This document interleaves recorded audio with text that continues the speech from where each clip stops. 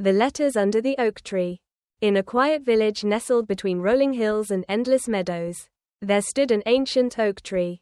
It had witnessed centuries pass, but perhaps none as tender as the love story of Eliza and Thomas. Eliza was the daughter of the village's bookkeeper, a quiet soul with eyes always lost in a world of words. Thomas, a carpenter's son, had hands rough from work but a heart softer than any poem Eliza had ever read.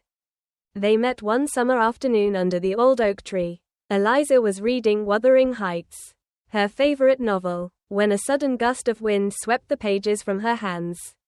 Thomas, passing by with his dog, caught the flying paper midair and handed it back with a crooked smile.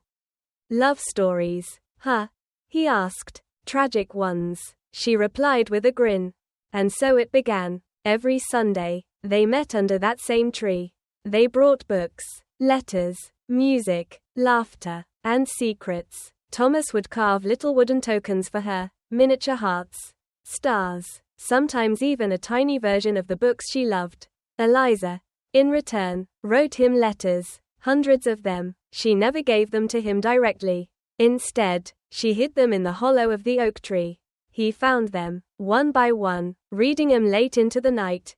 Years passed. War came. Thomas was called away. The night before he left, they sat under the tree in silence, hands entwined. Eliza handed him one final letter, sealed with a red ribbon.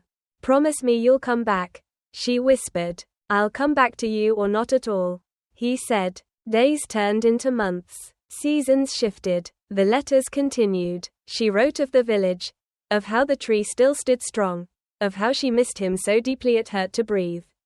One day, the letters stopped. No one knew what happened to Thomas. Eliza never married. She became the village librarian, always walking by the oak tree, always glancing at the hollow, always hoping. 50 years later, a man came to the village. His hair was gray, his eyes familiar. In his hand, he carried a bundle of old letters, worn and yellowed, tied with a red ribbon. Thomas had survived the war but had lost his memory for years. Only recently, it had returned, along with the image of a girl under an oak tree. And the feeling that somewhere, someone had been waiting. He found Eliza still walking the village paths. And beneath the oak tree, with hands now wrinkled and eyes filled with tears, they sat together once again. Love, they realized, doesn't fade, it waits.